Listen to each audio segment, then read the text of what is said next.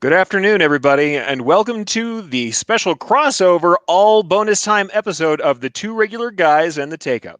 Today we have niche markets now and after COVID-19.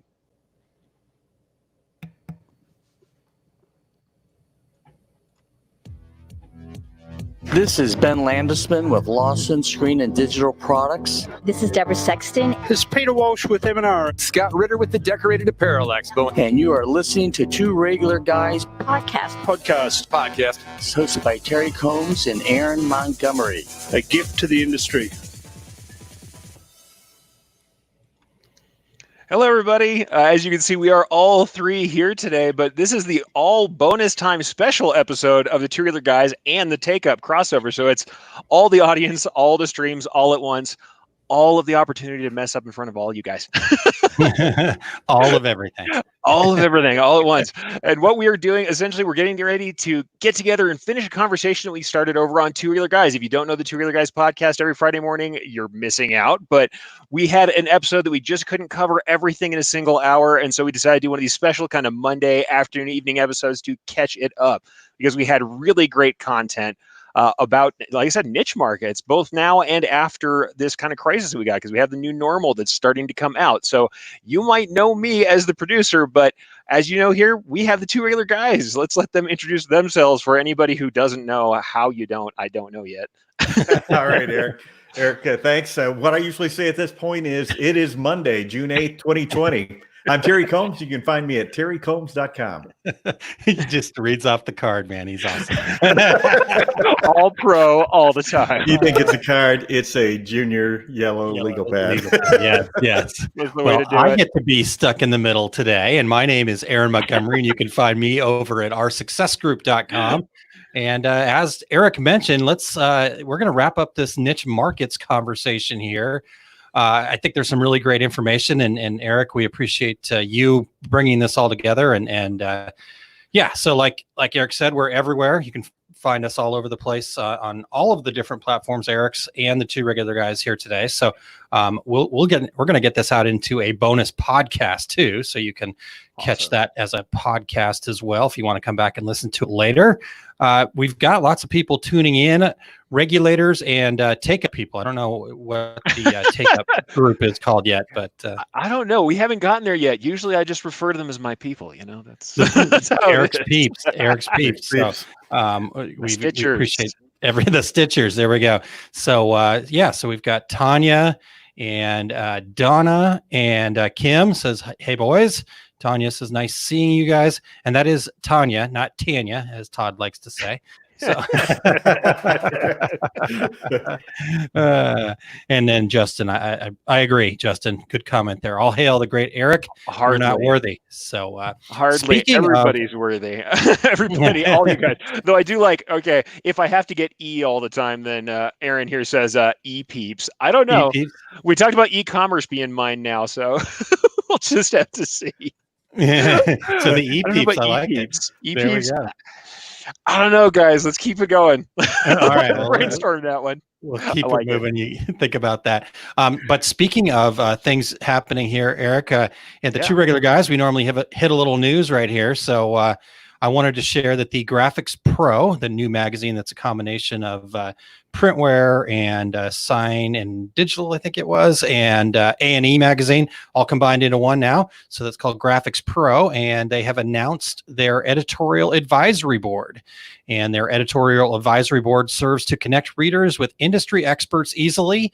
Each board member commits to offering insights and information within their expertise, and Graphics Pro turns to members for accurate and relevant education information, as well as to answer any technical questions that readers may have. Cassie Green, the magazine's executive editor, says the editorial advisory board is a way for us at Graphics Pro to ensure that we present the most accurate information possible, but also to engage both readers and manufacturers and suppliers in conversation. Our goal is to connect those who know with those who want to know, and the advisory board is just one more way to do so.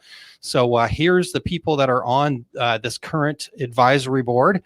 And Bob Hagel, covering laser engraving, Braden Todd, covering sand carving, Dan Barefoot, covering sublimation, Dane Clement covering graphic design. And it's this guy I've never heard of before, but sounds like a really cool dude. Eric Campbell covering embroidery. Who, me? Yeah, exactly. And then Carrie Mallory Thompson, digital printing. Lon Winters, screen printing. And Matt Charbonneau, I believe is how that is pronounced, sign design. So how much, cool. Aaron, how much do you hate me that I just gave you a list of names and I forgot entirely? I just gave you the how whole bad I list do with names. Well, you know what? did great, dude. Yeah, the only way I'm going to get better is by practicing. So keep throwing those there. I didn't even think about it, man.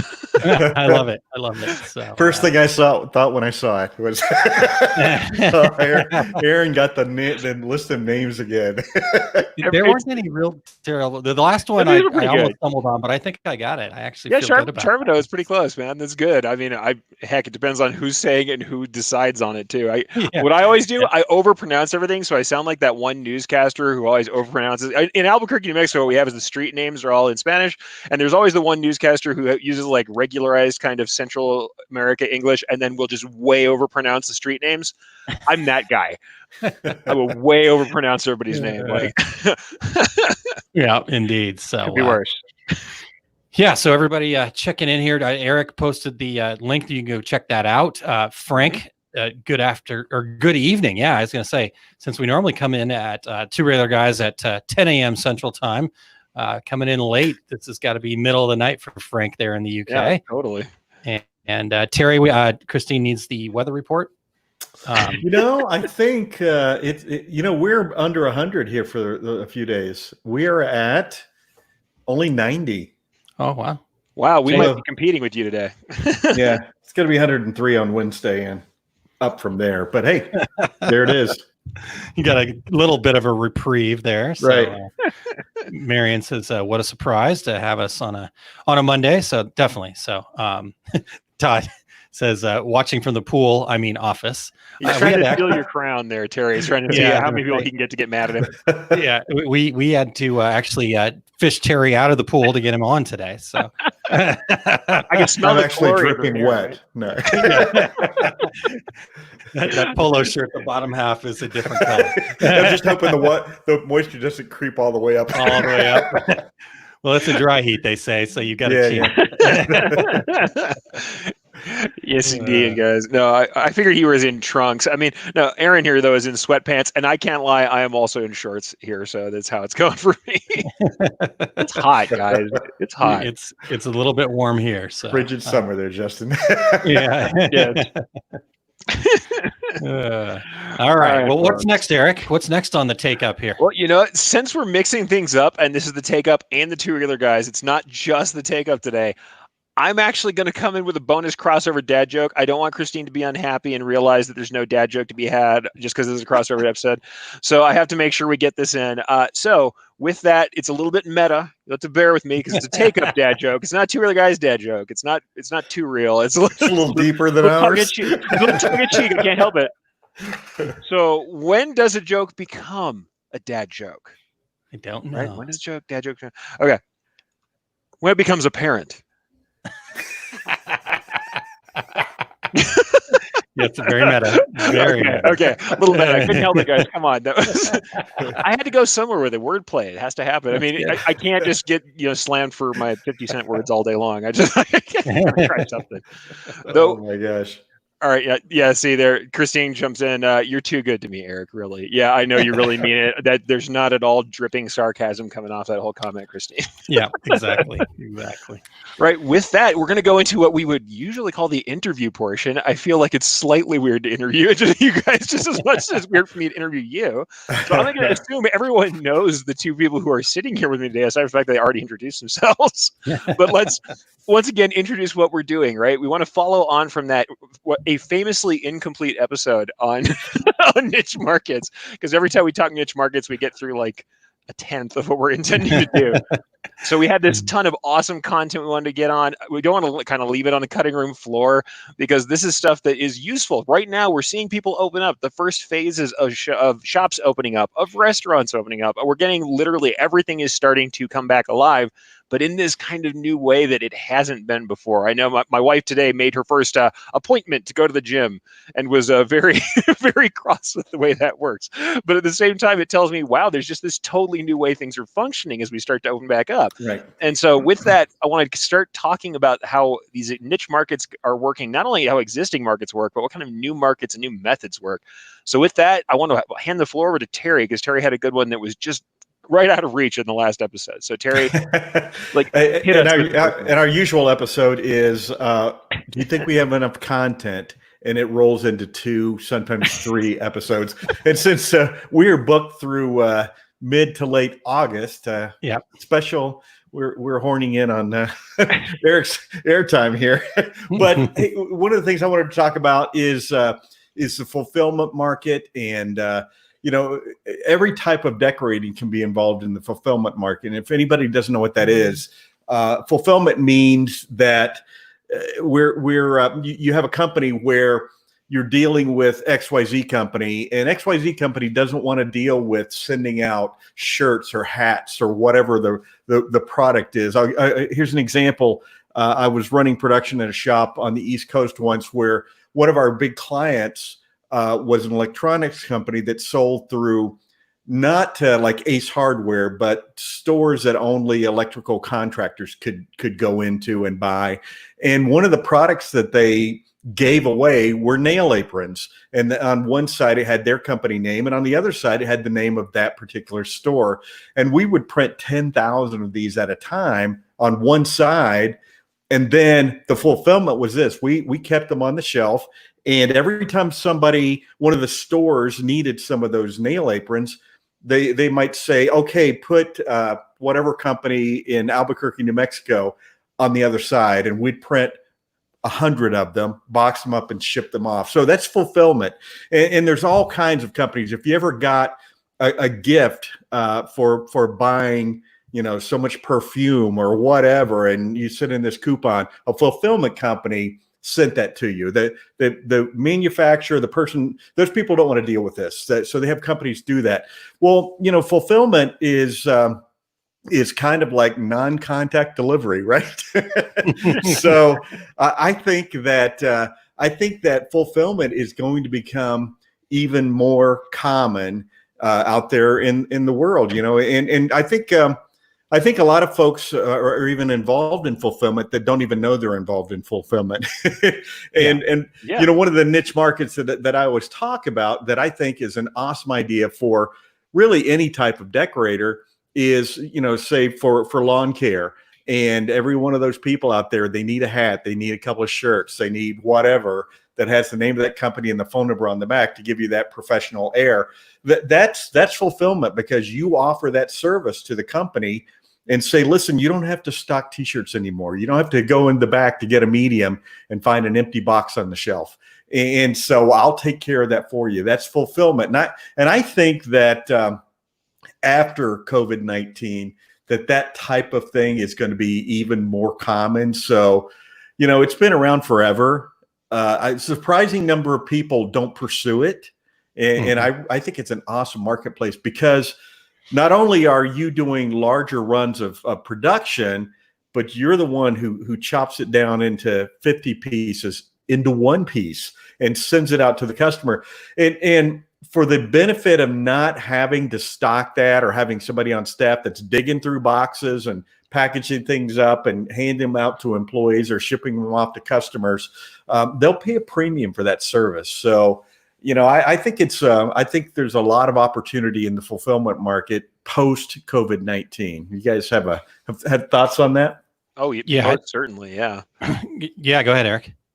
What I'll say is, if anybody missed out on the previous episode that we did on e-commerce, where I kind of jumped in and talked about company stores, that was absolutely a version of fulfillment, because we were running company stores. We had our own stock. Now, certainly we were running blank stock and decorating kind of at a just-in-time kind of basis, but it was absolutely what we were doing. We were taking over from honestly, a lot of it was really large companies that had local in-house print shops. A lot of them, even if they had the local in-house print shops, they didn't want to then expand into apparel, or they had expanded into it and realized how much more of a hassle apparel was.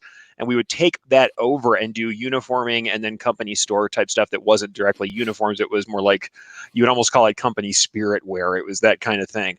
And a lot of that was done in that same vein. And the thing is, once you queue yourself up for that, once you have the mechanism in place for, honestly, for any kind of e-commerce or electronic fulfillment, you end up where you can now do that, as Terry said, on a different basis for other companies. It becomes part of your revenue stream. And we were pulling what I would consider retail-like prices on this stuff. We were sending directly to individual people in a business, and because of that, we were pulling, it really was very much like retail style markups more than wholesale markups. Is it a lot more touching and work on each item? Yes.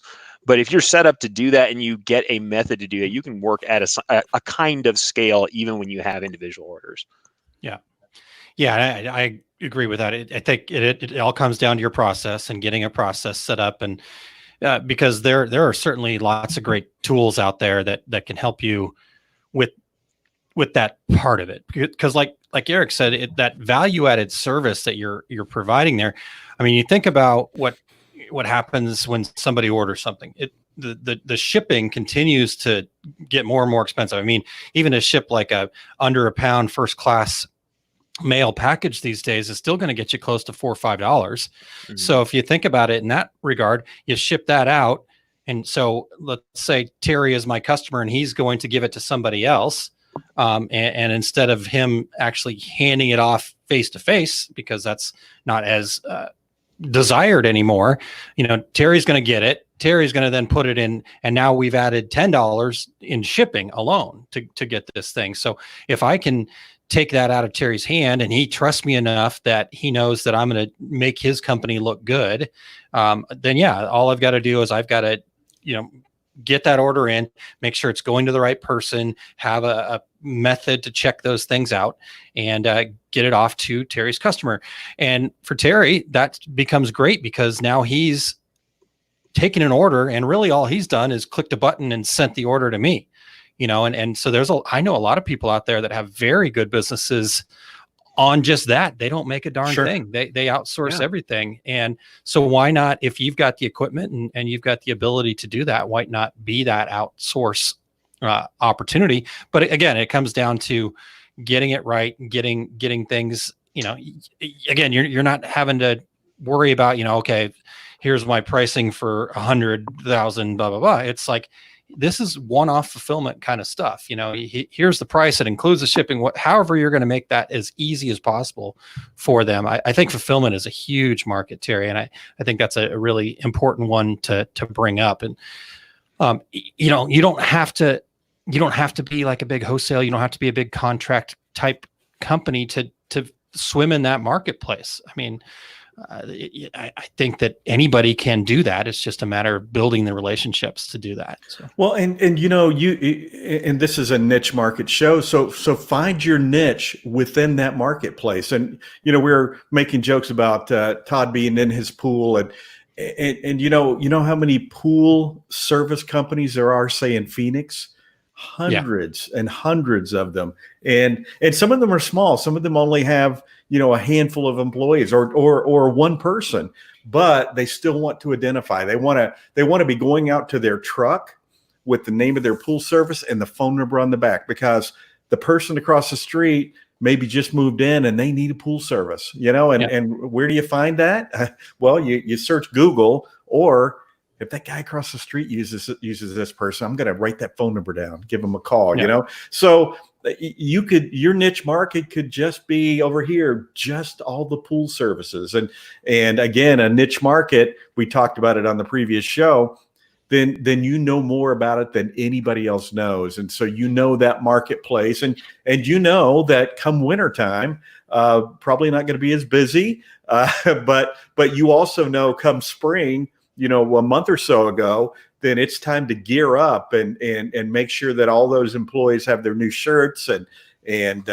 whatever promotional products that you think that company might like to have. And And guess what? Somebody that's out cleaning pools all day, they're not in the business of buying and distributing T-shirts or whatever the other product is. So you're taking that function out of their hands, doing it on a much grander scale, so that it's efficient for you as well. Well, and the thing that's kind of interesting about that too is what we found in advertising our company stores. If we showed decorated apparel from, say, one of the larger restaurants in town, the smaller restaurants would look at that and go, well, they use those guys. Like, that's the guys who are doing the big fish markets. Now, it's not saying that you necessarily have to pull big fish markets to make it work, but there's a certain amount of social proof in just being inside of a niche. There really is. Like Terry says, other people will then see that as part of, like, oh, they know this niche. They're part of this group of people. They've worked with someone else like me before.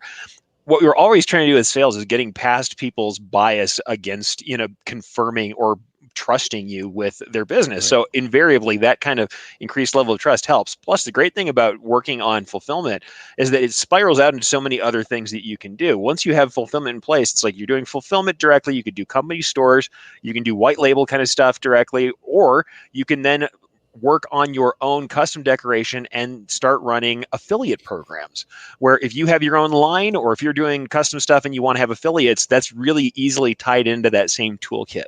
Once you're set up with process, all of these things become available to you without a lot of retooling. Right. Yeah. Yeah. And you take that affiliate and turn that into influencer kind of things. I mean, there's tons of different ways, like you said, just get those tools in place. From a shipping perspective, there's a couple of really great ones out there. ShipStation, Pirate Ship, both of those are pretty well known. All sorts of real easy fulfillment kind of things where it doesn't matter where your orders are coming from. Just pop them in there and then create labels and ship. It's the hardest thing is getting the stuff to the post office or wherever you're gonna do. And if you're doing enough of it, they'll come to you. So I believe it.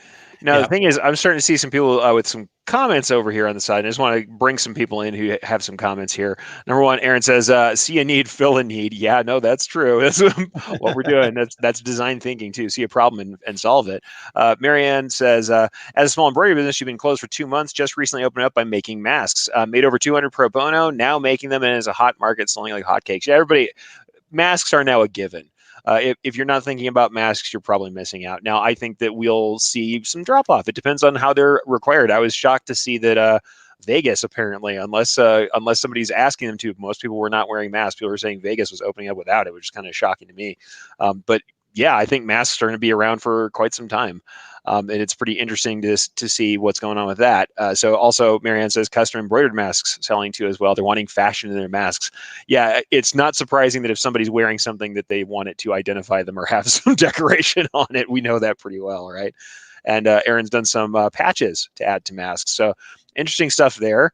Marianne also has another interesting one. I got a request for a silk mask for communion, virtual event. Mask for a 9-year-old. So this is something I wanted to bring in, not just because there's other stuff going on, but we're shortly going to get to that. Aaron's got a point that I want to bring up here shortly. We're going to talk a little bit about how events have gone. And Jerry says our school spirit line of stores suddenly got very busy, not sure why. I think honestly, there's a lot of people who are trying to kind of reclaim that feeling as graduations have happened and as people have been dealing with the fact that schools are closed or canceled. It's funny, there's been more kind of spirit stuff going on. And actually, I recently saw an online kind of spirit assembly gathering. And the reason I even know about this really is that Tom Hanks was on wearing Lobo gear. Since I'm a UNM Lobo myself, that is my alma mater. Tom Hanks was on the stream doing this commencement thing, and it was wearing UNM Lobo's gear. So I had to admit it, I jumped on and was like, okay, yeah, I like that though. Yeah. I'm not a big guy who's like following his homeschool, but yeah, that's kind of cool. That's cool. Thanks, Tom. Cool. So one of the things, and I can't remember, one of the regulators brought this up, but yeah. One thing to note is that school budgets, though, do still have to be spent potentially. Yes. So, that may be some of the uptick there or whatnot. I certainly would want to check out my Google Analytics and see where that stuff's coming from and understand that a little bit. But if you're not running analytics, it's a good time to know where that traffic's coming from inbound. Totally. Yeah, because and we talked about mass. And I keep hitting the wrong dang button here. Here. We talked about masks the last time on May 29th when we talked about this. So if you want to go check that out, I just hit it up in the comments there. So you can go check that out over there. There we go.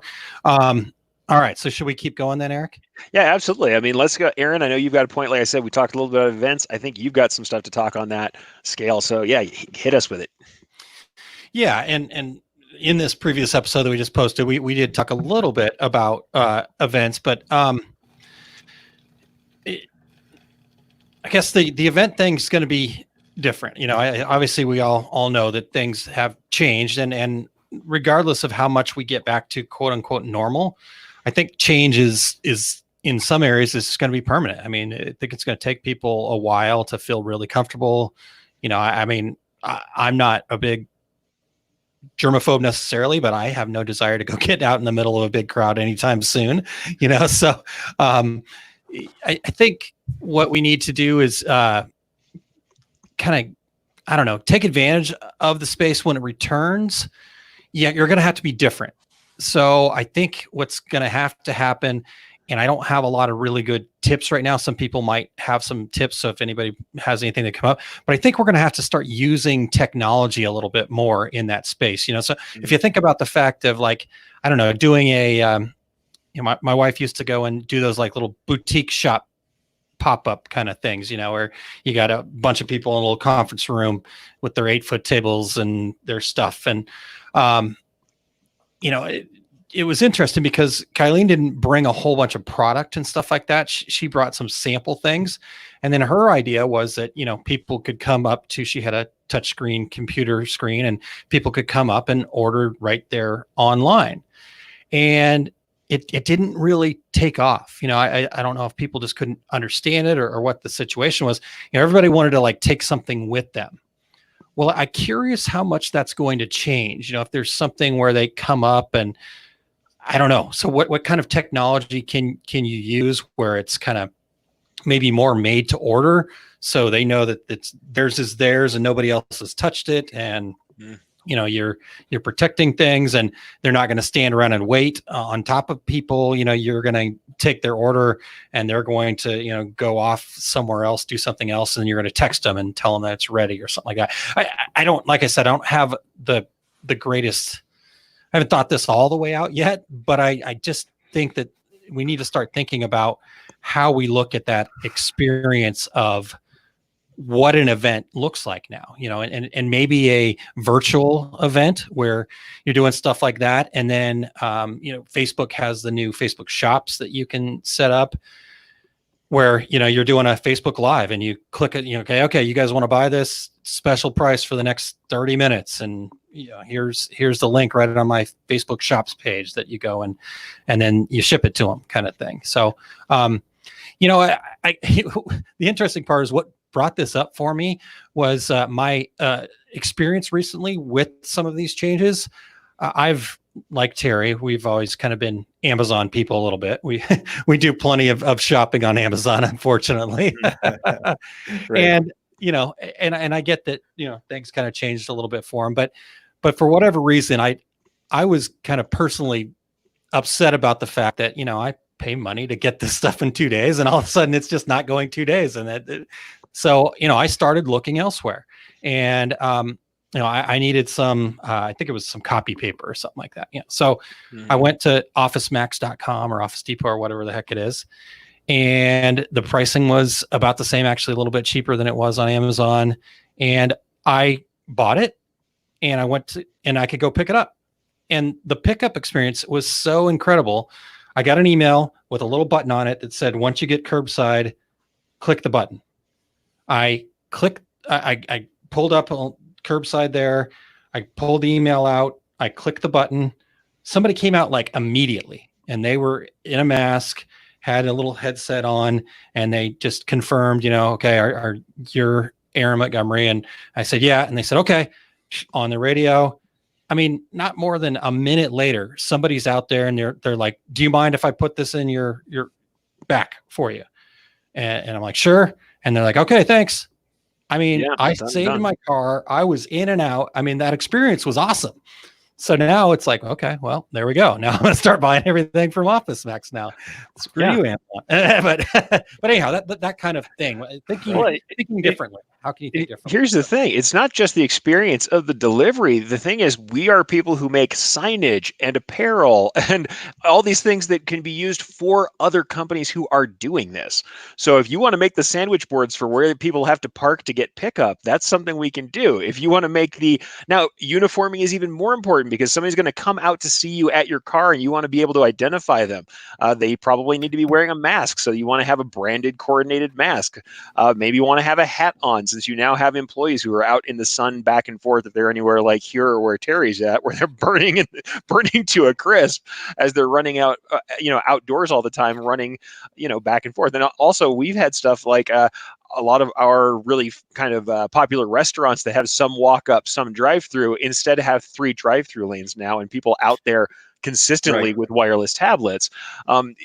All of these In-N-Out Burger. Yeah. Well, Chick-fil-A's been doing it forever, and everybody else is looking at Chick-fil-A like, okay, that's a model I can do. Let's get 2 more kids out there, under tents running 3 more lots. Let's buy the defunct store next door and start running lines through it. But that's the thing, is we can now, not only is it events, it's all of that kind of thing. It's pickup, it's events. And I think because we now have, like you said, live broadcasts are so ubiquitous, people now know how to use Zoom. It's not alien anymore. The necessity makes it that everybody knows what a live broadcast is. And now the thing that we were looking for before, which was out of these like table shows, like you were saying, these events, what we wanted was immediacy. We wanted a sense of something being scarce, perhaps, like at the end of this period of time, these prices go away. So immediacy, scarcity, we wanted to be able to maybe put people in a room so they kind of feed off some energy. I can see doing a big Zoom gathering where one person is presenting and that at the end of it, everybody gets to put the orders in, and you give a 15-minute window afterwards and say, best pricing is within 15 minutes of the end of this live event. And you can still get the feelings you're trying to evoke online. And then when you add that to this idea, like you said, Aaron, of having, custom stuff that's for them, that's packaged, and then having the drop off or the experience all being part of that, we can make this really cool branded chain of, and I mean branding in the way that we talk about it on Two Regular Guys, where it's about experience. We can make that experience a chain, a consistent chain of experiences down the road. Yeah. And when you're adding you're thinking about all this and you're going, oh my gosh, it seems like a lot more work. It seems like a lot more expense and stuff like that. That experience changes the price. And I think this is where everybody needs to make sure that they understand things here. As these things change, the expectations is also going to change of, I've already noticed some things are a bit more expensive than they used to be, 6 months ago, just in general. And I think people are going to be okay with, you can't be out there gouging, but I think costs are going to go up. And so, don't be the ones that, are still in 2019 pricing. You've got to kind of change with the times. And part of that change is going to be a little bit more work, a little bit more expense, and you're going to have to get paid for that. But you should get paid for that. Though I'll say, as a decoration shop, how many of us have people coming into some sort of customer-facing space, and then a salesperson or someone else in customer service has to spend time with them, go grab an order from the back, bring it up to the front? All we're doing is shifting that to a contactless method, or where someone's in their car. I don't even know, aside from the technology involved, maybe you have to get a text service. Maybe you have to figure out and honestly, guys, if you're already using some sort of email marketing service, go look and see that they don't have a text element built in. You may have these tools and just not know it. You may have autoresponders or follow-ups or customer journeys or any of the stuff that's required to make some of this stuff happen and just not know it yet. So I don't think it's a massive amount of expenditure. And as far as, like I said, for the standard kind of small to mid decorator, I feel like you're not really spending that much more time. Yeah. But you are giving value that they might appreciate anyway. So I'd still look at that pricing. Look at that pricing. I'm always like, look at that pricing. But I was going to say, still take this chance to maybe, Jimmy Lamb used to always say the first thing he would say in any seminar he gave was like, okay, here's the first thing that you need to do. As soon as you're done with this class, go raise your price 5%. So I'm not quite sure that's exactly right, but I would say that well over 50% of all the people in our decorating space are probably priced too low. They could easily get more than they're getting right now, and they just don't even realize it. So, well, and honestly, that kind of takes me into our next point to some degree. I mean, first, let me get a couple of comments we have out here, because I think we got a couple good things. Marion kind of confirms, by the way, I am finishing up a big order for an elementary school. Their fiscal year ends June 31st. So yeah, anybody who's got a school client that you haven't called on, especially if you are in downtime right now, this is the time to contact your school clients and see if they do have a fiscal year coming up like that. I know we did this for not only all of our schools, but we had other governmental agencies that I did company stores for, and we contacted them to make sure when budgets were coming around. You start to know these dates. So contact people and find out what's going on there. And Christine says, curbside pickup, contactless pickup, definitely going to be a new thing, and it's a nice thing. Making it easier to pick things up locally would be a huge benefit for local businesses. Absolutely. This is a time where we're also kind of we're keyed in to want to care for our local businesses because of what's been going on. It's a messaging that's out there. Might as well make use of that messaging. Jump out there and get contactless pickup and say, hey, we're in town with you, for you. Tanya says, used to be afraid to charge more, but if it's custom and one-off, they pay more. Yeah, people are getting more keyed into that, I think. And honestly, when you make things so much easier, like I said, I don't think it's that much different from what we were already doing. I think the kind of secret is, hey, all you did is walk it out to the car. Like, it's just, and let me tell you, all of my salespeople still had to walk the box out to the car with somebody at the end of their interaction inside. Yeah, so, totally. Yeah. Now there's lots of, if you go back to Christine's thing real quick, Eric, I think that the trick here though is to make sure that you are really thinking through that user experience, that customer experience. Like you said, probably not a ton of change, but you're kind of formalizing it. Now you're actually even marketing the fact that, somebody's going to walk it out to the car, even though before somebody always walked it out to the car, but now you're marketing that fact as we're going to walk it out to the car. It's going to be, we're going to have masks on, whatever, all of these things that it becomes the kind of the most important part now.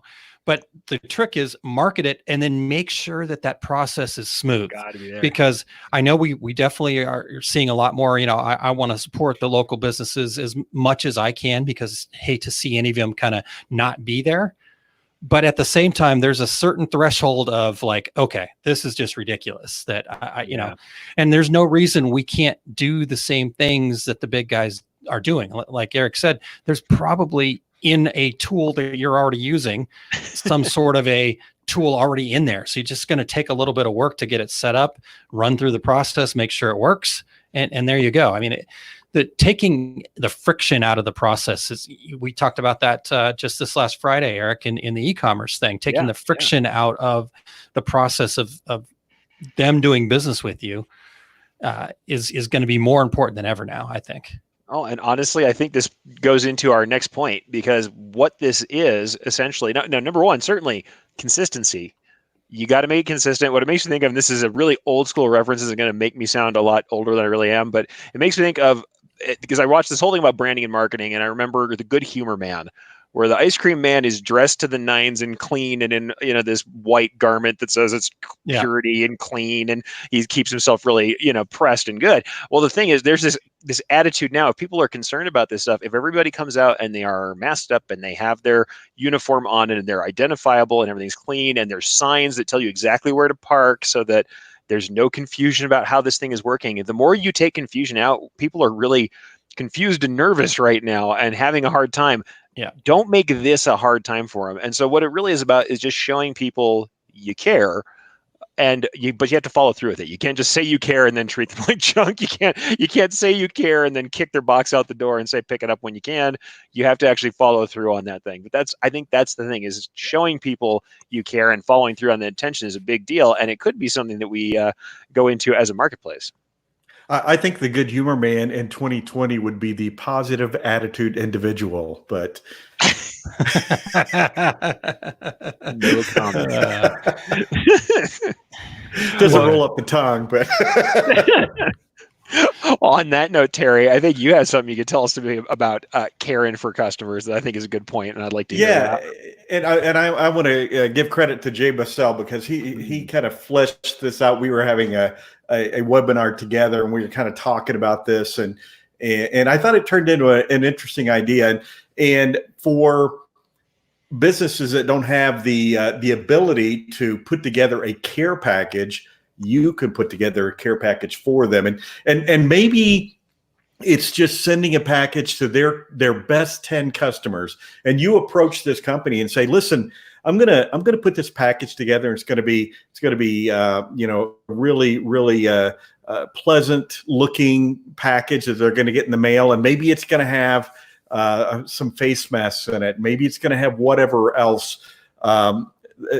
Basically, to do this, to say, hey, I know things have been tough, and just wanted you to know that we're thinking of you. And this is from you are company C. This is from company A to company B. You're just facilitating that. And that's the kind of thing that you could duplicate for a lot of companies. And just to say to them, I'm sure you'd love to reach out to your best 10 or best 15 or best 50 customers. Here's a package. And, it's just like at Christmas time when you get inundated with all the popcorn and cookie companies that want to, David's cookies to send out. Well, this is kind of the same idea, but it's specifically this company saying to those 10 companies, hey, we're thinking of you. Can't wait to get back together with you and do business, in the coming weeks and months. And, we're certainly seem to be coming out of this. My son and his fiance live in New York City, and they have gone on the scale of a month ago saying this October wedding is probably not going to happen in New York City to yesterday, we feel about 80% positive this wedding's going to happen. So I think that's a kind of the barometer also for the way people are feeling about the marketplace. But even coming out of it, wouldn't it be nice that some company that you deal with, maybe you've dealt with them for the last 5 years, all of a sudden just out of the blue, you get this package that says, hey, we're thinking about you. Well, we as decorators could put that package together for them. Yeah, it's something that we should do and something we should offer as a service. I think that's the great thing. I mean, certainly I would always tell people it's like a programmer say you have to dog food something, eat your own dog food. You got to know how it actually turns out. This is one of those things. Like we should try this for our own branding. Sure. But certainly I've seen this work previous to this. I've had people send me these packages, and actually decorators send me these packages. Funny enough, they send them to me just because, of who we are online and stuff. They'll send something to me like that so I can look at it. And I've always said it's really impressive. There's nothing like having somebody take the time to send you a package out of the blue that you don't expect, that has something literally nice in it. That's either this is my barometer for it. It either has to have utility, has to be useful, actually useful. The masks, because masks are required in so many places, that is a useful thing. It has utility, or it should have some novelty. It should bring delight into your life. So it's something that's fun, unexpected, interesting. And this is such a great way to just kind of show people, hey, yeah, we're still out here doing that. Plus, it's evidence that you're operating. It's showing that you're making an investment in your clients and marketing, and it looks good for you. It looks like you're somebody who is still doing work, that you're out there actually actively pursuing work. And that's something that right now might not be a given for all companies. So I think that there's really a lot of different reasons why this might be interesting for folks. I mean, I really love this concept of this kind of handout, this care package, because everybody, especially when we're talking about connections and reaching out and developing relationships, what's better than this kind of unexpected, delightful package that comes from someone to say, hey, yeah, we've made a material investment in letting you know that we care. Yep. And I love that idea though, Terry, as a kit, as a package, as a something. Again, you're just, you're solving a problem. You're taking it off their plate. You're going to go to them and you're going to say, okay, here I've got one or two different packages. Don't go too crazy. You got a mask and a shirt or whatever. You just one or two different options for them, and you say, okay, here's the options. All you've got to do is give me the list of the 10 best customers you want us to send these to. maybe giving them an opportunity to include a personalized note or something like that, whatever allows them to kind of put their personal touch on it, but really take all the work out of it for them. Make it to where all they've got to do is share the list. And, like I said, if they want to add a personal touch, then perfect. But beyond that, you're going to do everything else. You're going to package it really nicely. You're going to, have the presentation be there. So it's not just okay, here's a mask and a shirt jammed in a bag and away you go. I mean, make it a presentation and make it so that that card on the front says, hey, we're thinking of you. And that's the first thing that they see when they open it up. And, because the cool part about this in my mind is I can see going out to people with this program and not even having to share what the price is. Just going, here it is, and going, would you like to do that? It's 10, you want to do 10 customers? Cool. Let's get it started. Send me your list. And then, oh, by the way, how much does this cost? Yeah. And, Cindy said, just send me candy. Well, you know what? You can partner with a local candy company that maybe, taffy or something like that. It doesn't just have to be your product. You can kind of get a few other. Maybe it's a coupon for pizza delivery. I want to buy pizza for everybody at the office. That sort of thing. Yeah. And on that note, we got a comment from Christine. And a shirt. And a shirt. Sure. Come on, decorated Always apparel, put a shirt in. Christine says, also take the opportunity to make contactless pickup a good interaction. And I think this is kind of on that same note. Had a great experience at a local pizza place. Girl managing the pickups took the time to thank me for ordering and let me know they appreciate me helping to stay open. I'll stay loyal to this place because they take time to let me know they appreciate me. That kind of anecdote is what we need to say to sell this stuff. And it's also potentially, because we're willing to put in a little bit of that labor and get these things set up, we might be able to do this with local businesses. Like Aaron said, have other businesses involved, have local stuff. Terry said with the coupons, we can make this a local event too, so that you are both supporting local business and giving local business a way to support each other and to do this kind of marketing. And honestly, it's one of these things that maybe a larger company really couldn't put together, because you're not going to have an outside company come in and do that. And speaking of niche marketing, we always talk about niche marketing as having inside information on something. Well, you have inside information on the local climate and the local businesses that you have around you that you can work with. But I also like this. Renee comes up from YouTube.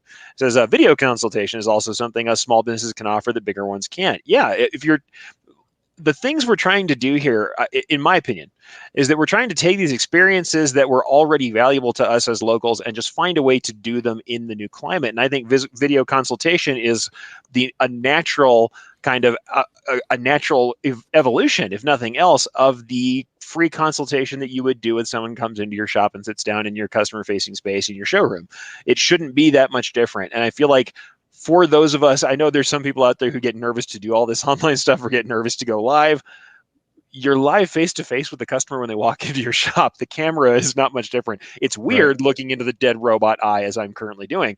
But at the same time, it's not that much different. I think he's talking about you, Aaron. Could be. I didn't realize I'd fallen asleep. You don't have dead robot eyes. Hey, let me talk about the flip side of that, though. Yeah, sure. About probably a year or so ago, the two regular guys, we got a package from a major manufacturer of products to the two regular guys saying, hey, we're introducing some new items. We would love to talk to you guys about it, talk to the two regular guys about it. And Aaron and I spoke about it and said, let's chat with them. So I called the number on the letter and I got this. I'm sorry, who is this? And it's some kind of podcast. And I'm like, yeah, actually, and the letter's from you. And I'm thinking, okay, somebody in marketing did this and said, okay, send this out to people, magazines, podcasts in the industry. And, oh, by the way, make sure that the person whose name's on there has some concept of this going out, because needless to say, that company was not on the Two Regular Guys podcast, nor have they ever been called again to be on Two Regular Guys. It's got to be. Everybody's got involved, has to know and understand. And Eric, you hit on a really good point also, where you said we need to do this ourselves. Everybody out there listening right now, pick your 5 best customers and send something to them saying, hey, I'm thinking about you. These have been tough times. We're getting through it. Hey, I wanted to give this product to you or this item to you, or, whatever. just to get in front of their faces. And guess what? You're not going to make any money from that today. Who knows though? You might, but you're probably not. This is that down the road. Just like Christine was saying, I'm going to be loyal to that pizza place because of the way they approach this situation. You're talking about long-term loyalty with your customers, and all of us could do that right now. Oh, absolutely. And honestly, what did we talk about over and over? It seems like the last 3 topics we've covered were all about consistency. That's also consistency and follow through. And I think this can be part of that. If you start the message with "I care about you," and then they come to contact you and you don't know who they are, obviously it was hollow. That's not a great way to get off on the right foot. And that's, I think, in general with everybody, we just have to say, like, you have to go through and follow through. And it means you take the risk to actually, I don't know, try to really care about the thing you're doing. Try to actually make it a moment to care. I know I sound, kind of fuzzy and, happy when I say that stuff, but really that is the difference, is you actually have to try and take an interest in how this is going to work. But I think for us, we're all problem solvers. We want to be the people who solve problems and consult and help out. What's better than actually trying to solve the problem? I mean, and honestly, for those of you who think it's too expensive to take your 5 clients and do this, handwritten letter, 1 mask with a logo on it, it's not incredible. It's not the kind of expense that should break you, and it's very well, like Terry said, he's absolutely right. This is long-term loyalty. It's a modest outlay for what could be literally very meaningful to someone, especially when you're in a trying time. To have someone come and just reach out to you that way, it feels different now. It lands differently than it does when you're just sending out random shirts to everybody with your logo on them. I mean, this is a good time for that if you're going to do it. Yeah, right.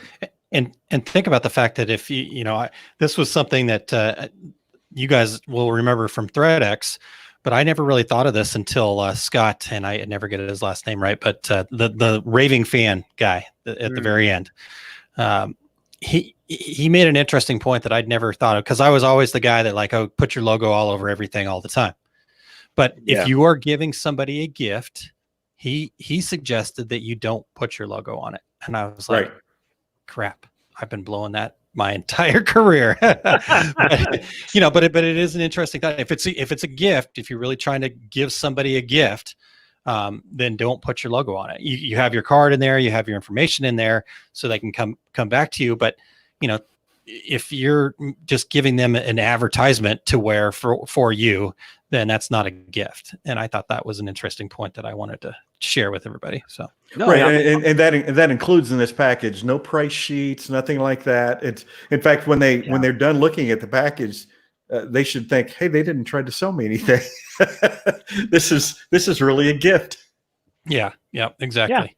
Yeah. I mean, totally fine to have a call to say, if you have anything you need, or if this kind of product is something you want to use, contact me. That's fine. But I'm just reaching out.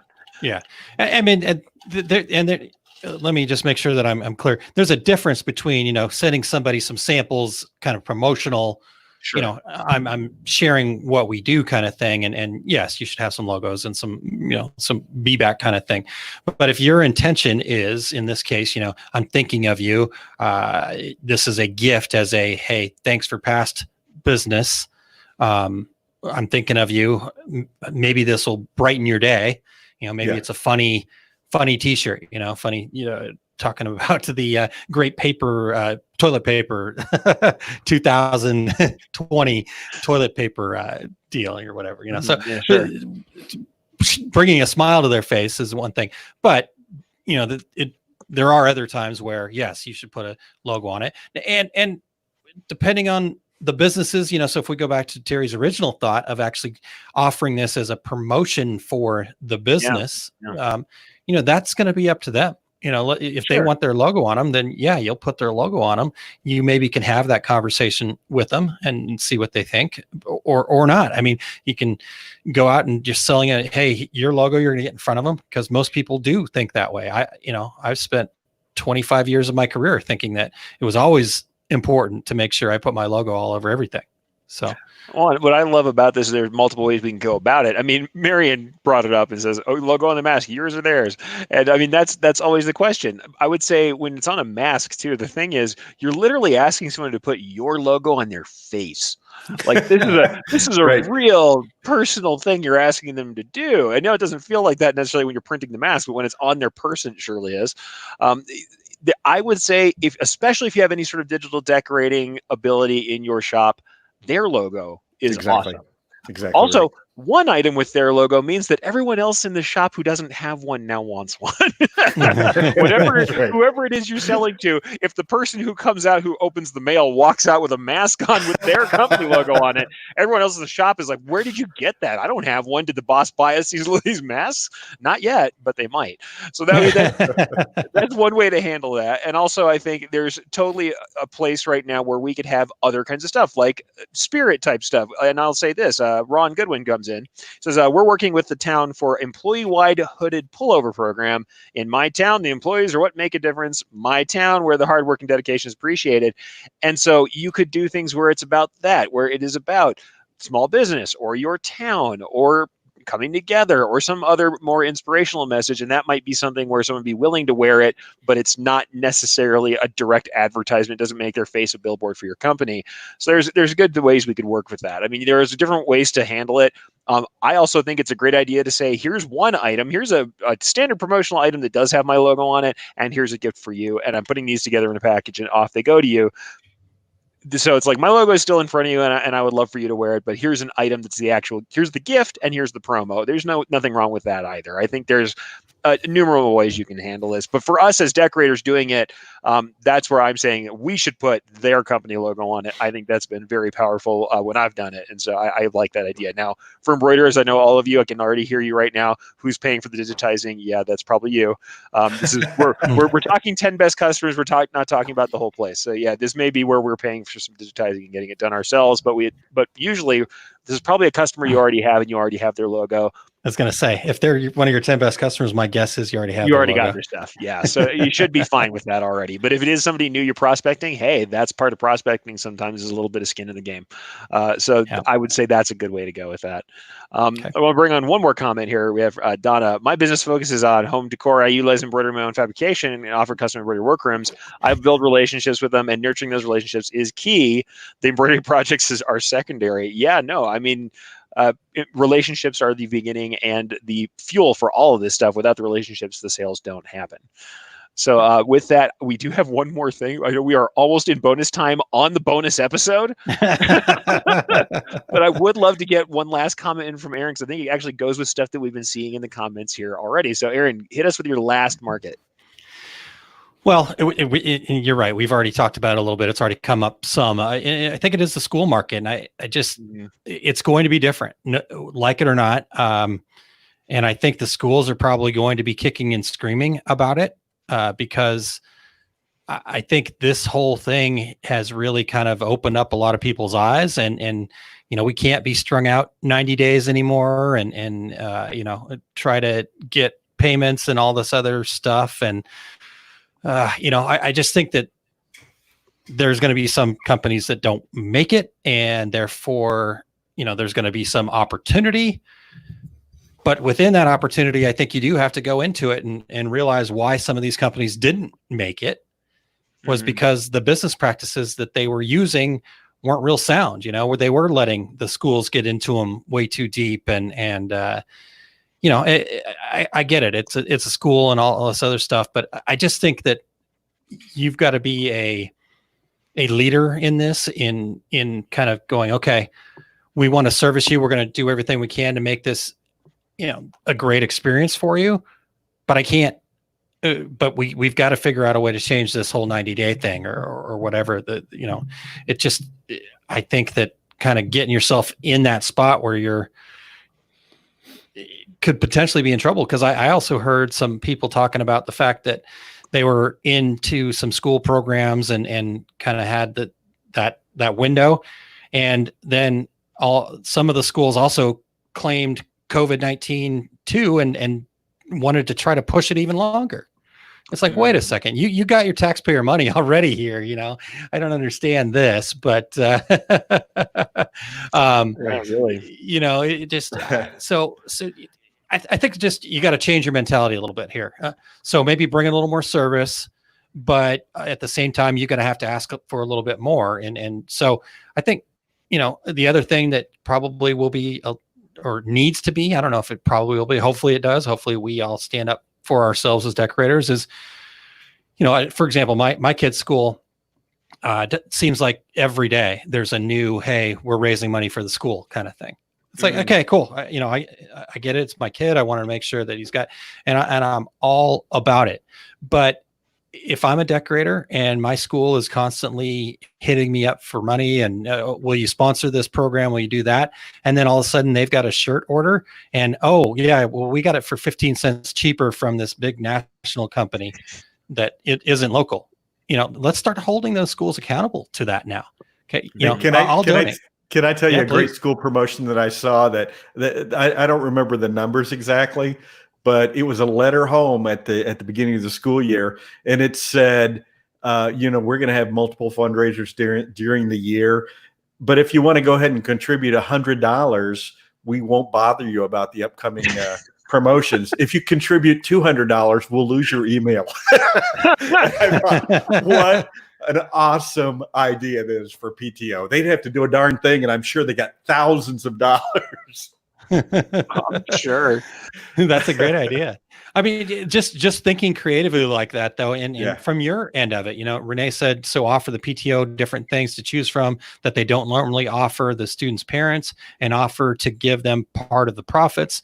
I mean, I think a lot of people that work with schools say that are actually successful with schools don't actually work with schools directly. They work with the programs like the PTOs, like the things outside of the schools, because it is when you get into, you've got to get a PO from the school district kind of thing is where it gets a little crazy. So, but just get creative there. There is going to be opportunity. When the fall sports start to pick back up, and I know it's not what we all want to see, but as far as because they haven't really kind of blown up yet, but I think there will be some fall sports. I mean, even my 10-year-old, 9-year-old's volleyball stuff's going to probably start happening again in August. So, there will be some, but the landscape's going to be different. So how do you get to be a part of that? And I think Renee's point of, offer them something different, get creative, think of something that you normally wouldn't do. Well, I hope since people have to be 6 feet apart, you're teaching Lewis how to hit that ball into the gap. Yeah, exactly. It's a violation. They were 3 feet apart. There'll be a new hand signal for lack of social distancing. It's going to make it slightly difficult, though. I mean, if I think about the way we're talking about this stuff, I don't think any of this is alien to us. It's more saying, okay, we're identifying these needs, we're identifying the new way that things operate, and how is it that we can operate inside of that and make these experiences better? I mean, just because something isn't happening the way it was before, it doesn't mean we still don't want the same things that a decorated apparel gives us, right? We want to identify with groups we believe in or that we're a part of. We want a connection to our communities, and we want to, honestly, if we're in companies, we want to look professional and give an air of what we're doing and market ourselves. These things are not alien. All it really is now is, okay, how can we do that in such a way that we don't have to, be in the same room packed like sardines?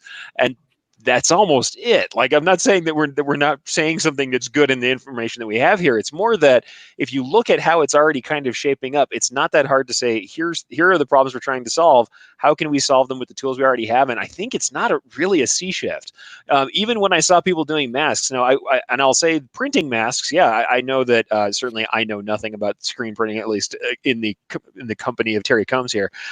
But I saw people immediately start putting together, fixtures for their presses to print masks. Once your fixture's in place, I'm betting that printing any piece of knit material is not going to be that challenging for a screen printer. No. Depending it's like on printing what a tiny T-shirt. Yeah, it's just the smallest T-shirt ever. In fact, what I said, the first thing I said, being a hat guy who I'm always trying to sell people on selling hats and patches, I'm like, oh, hell yes. non-sized item. Like I was like, either a non-sized or a general sized item that you don't have to stock a ton of multiple sizes in to get it to work. Right. I'm like, masks are awesome. Like low cost, non-sized item. I'm all on it. Like, let's do masks. I wish I was printing now. Because that was something that I think we already got. Those answers are not that hard. It's more like, I think what it really comes down to is that if we come back to, and actually Ron says this in the comments, back to the basics, moving forward, same stuff done a little different. Yeah, a little more care, a little more consistency and attitude toward, keeping that up. The thing is, we've got people who are a little cagey. How do you treat people that are cagey? You are calm and consistent and you follow through. That's how you deal with a customer who's a little cagey. I feel like that's what we're doing right now. Everybody's a little more on edge than they were before, or has, we know that there's options and there's things are changing. By becoming a rock for that customer and being consistent and having what they need and solving these answers would, I think, would work pretty well, right? I think that's the way we're looking to go, and it's not that strange that we have some different approaches to it. Yeah, yeah, and I think Ron said it really well here, Eric. Back to basics, moving forward, same stuff, just done a little bit differently, and I think that's a lot of what we're talking about here. It really is. Yeah. Renee asked, so putting something like 6 feet apart or 6 feet under on a mask, or is that too cheeky? I mean, it depends on your niche. I can see some people that think would buy that up like crazy. And I definitely sure you'll find people that find that to be a little too cheeky, as you said. So no joke. And I mean, I think that's really the thing. It just depends on that. We always talk about knowing your audience. You have to know your audience. There are certain places where people aren't going to want to do curbside pickup, or they're going to want just normal shipping, drop shipping. They're going to want something more like that. But none of this, like I said, none of this is alien to what we're doing already. And I do like to see that we're having people thinking about these marketing. By the way, Jeff says, we need more bonus time episodes. We can't just turn it. This is not Big Brother. We can't be cameras on forever. But I do love that we have some people doing different things. Letty says, end of the year teacher gifts were masks with the school logo. That is awesome, because it's not that it's taking the paradigm we already had, the end of the year gift, and using something new to fulfill that paradigm. And then we have offering to do them at football games, Letty. Once again, that's awesome. I mean, because it's something that is useful to people that they might need in the moment. So we have immediacy there, which is another kind of sales tactic that we use. So I think all of these things are great. Also, fire department, what a great way to go with that, because they have that on the back of their equipment. They have a keep back message on the back of their equipment. Keep back. I love it. Don't follow too close. Awesome. As you guys may know, I did a bunch of stuff after 9/11 for FDNY, and we did a ton of keep back gear because it was so iconic. And I'm like, that is so cool to see that as a mask. Great one on you, Ron. But yeah, guys, really, this is the thing. We're getting together and having these open conversations. We're just letting our minds wander a bit. Get creative and think about this stuff. Take some time to, as the one says, stare at the blank wall for a minute and let this stuff ruminate. Or let yourself ruminate on this stuff. So I think that honestly, with that, that was great stuff, guys. But we had great ideas all together today. I love that stuff. Awesome. Yeah. Hey, Eric, can I share one more link here real quick? Yeah, please. Okay. So, you talked about the fact that, it's not anything, like I said, I think we've got some good ideas and stuff here, but I thought this was really interesting. If you go check on that link, it's not specific to garment decorating or anything like that. It's just talking about e-commerce and some kind of effects of COVID-19.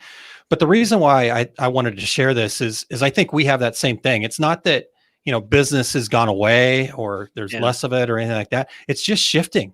It's just shifting to different places, and it may shift again as things be able to change. So as Ron had said earlier, we have to make sure that our basics are good. We understand what our costs are. We're tight on all that stuff. We're charging appropriately. We're not trying to be the low price leader, all these other things, but then it becomes this taking opportunities like this to get together and chat with other people in the industry.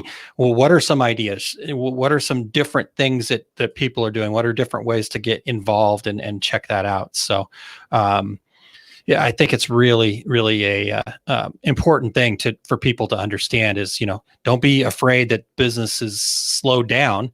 It's not that business in general has slowed down. It's that the market that you were working in at the time has slowed down. And so it's up to you to pivot and get into a market that is not slowed down, because across the board, that e-commerce link there, it shows you all sorts of stuff where lots of things that make a lot of sense are way down, but then lots of other things that the same companies could be selling are way up, so. Oh yeah, absolutely. I think that's all of us. I mean, haven't we all shifted? I know. I don't know if we're going to get to talk about it. Terry had an example for how we're shifting in training, or how I mean, everybody's having to do it. Everybody's having to do it across the board, no matter what kind of place you're in. The thing is, we are spoiled for technology right now. We are spoiled for options right now in a way that we might not have been before. And so right now, it's not that I won't say there's no excuse. There are excuses. People are having hard times. You may not have resources to do everything you want to do, but there is something you can do. That I will say. I don't see any place where there's not some opportunity to be had if you pivot. It's interesting you talk about when you mentioned that, because I was talking to a gentleman this morning in Louisiana, and he goes, well, I'm taking this time to watch every webinar that I can on the internet. And I thought, well, when times are tough, people who are successful, maybe they're not making as much money as they were before, but he was spending his time educating himself during this period of time. And I think that we've all seen a lot of that. And heck, as we've all talked about, everybody and his brother has a new podcast coming out. No.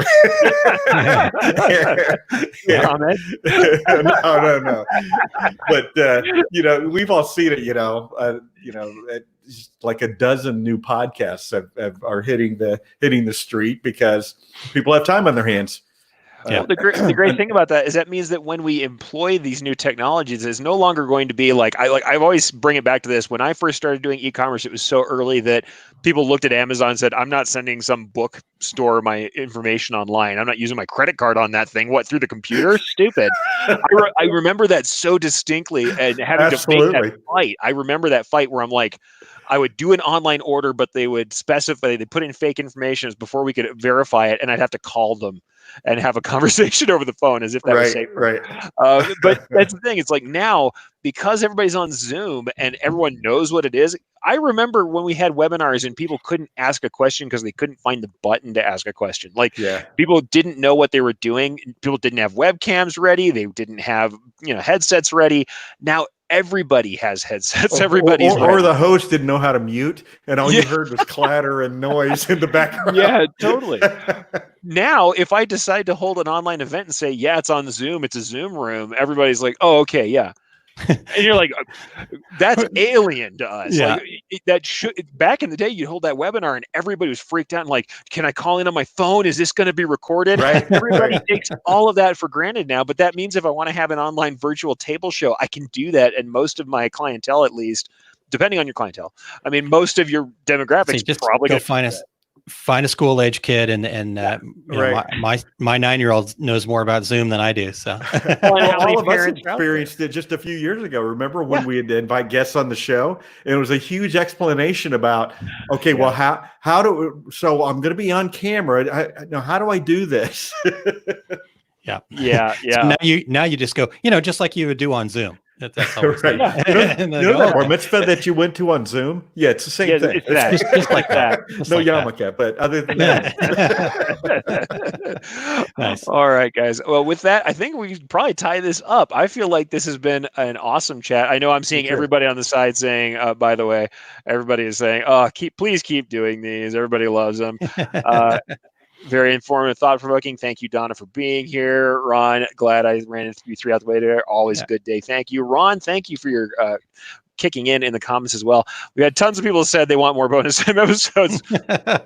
We'll see, guys. We'll see. I don't know how many of these shows we can do in a week, but I'm really know how to glad reach us, Eric.